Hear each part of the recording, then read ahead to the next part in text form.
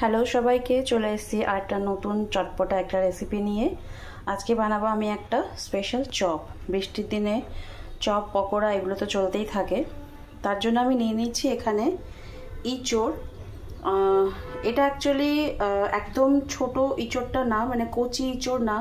আমি যেখানে থাকি সেখানে খুব একটা কচি ইঁচড় পাওয়া যায় না, এগুলো একটু মানে বড় হয়ে যাওয়া।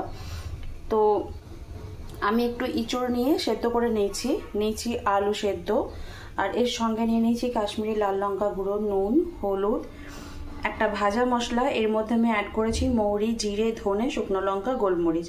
হালকা গরম কড়াইয়ে এগুলো ভালো করে নেড়ে চেড়ে তারপরে আমি গুঁড়ো করে নিয়েছি। রয়েছে কিশমিশ, আর তার সাথে রয়েছে বেসন, ব্রেড ক্রাম আর নারকেলের গুঁড়ো। তোমরা চাইলে অবশ্যই নারকেলের গুঁড়োর বদলে কাঁচা নারকেল ব্যবহার করতে পারো। আমি নারকেল গুঁড়ো ইউজ করছি। তো চলো প্রসেসে চলে যাই। নিয়ে নিয়েছি একটা পাত্র, এর মধ্যে একে একে আমি নিয়ে নেব ইঁচড়,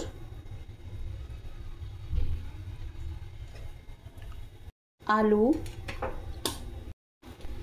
কাশ্মীরি লঙ্কা গুঁড়ো,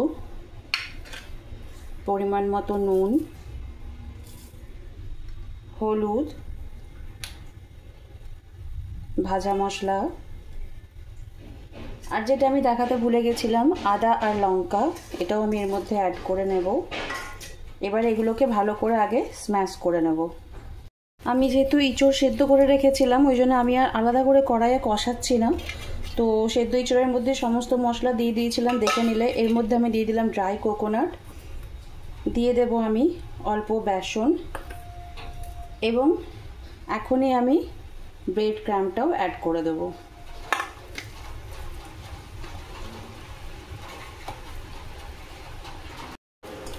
দেখো একটা মোটামুটি শক্ত ডো টাইপের আমি বানিয়ে নিয়েছি ইঁচড়টা দিয়ে।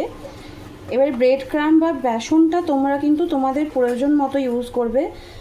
কোনো আলুতে জল বেশি থাকে, সেক্ষেত্রে কিন্তু ব্রেড ক্রাম্ব বা বেসন বেশি ইউজ হতে পারে।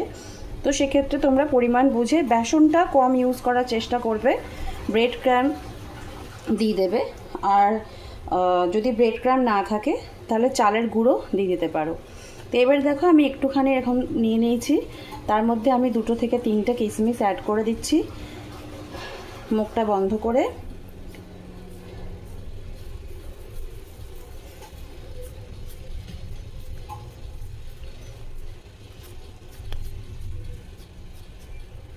এইভাবে আমি শেপ দিয়ে নেব।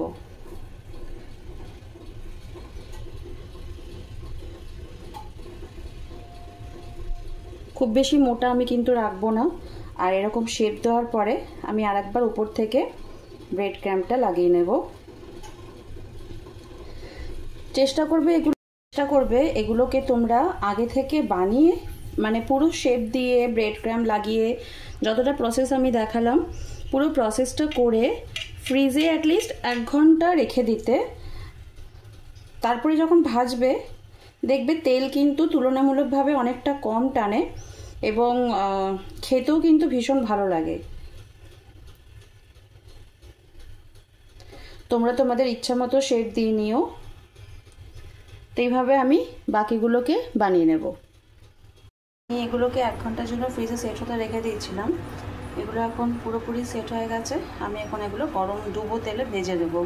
স্যালো ফ্রাই কিন্তু একদমই না, আমি এগুলো একদম ডুবো তেলে ভেজে নেব। ইঁচড়ের চপ একদম রেডি। আমি ডিপ ফ্রাই করে নিয়েছিলাম। এই দেখো ব্রেড ক্রাম্ব দেওয়ার জন্য এটার বাইরের কোটিংটা কি সুন্দর হয়েছে। তো আমার রেডি হয়ে গেল ইঁচড়ের চপ। তোমরা একবার ট্রাই করে দেখবে, খুবই সিম্পল রেসিপি, আশা করি ভালো লাগবে। টাটা।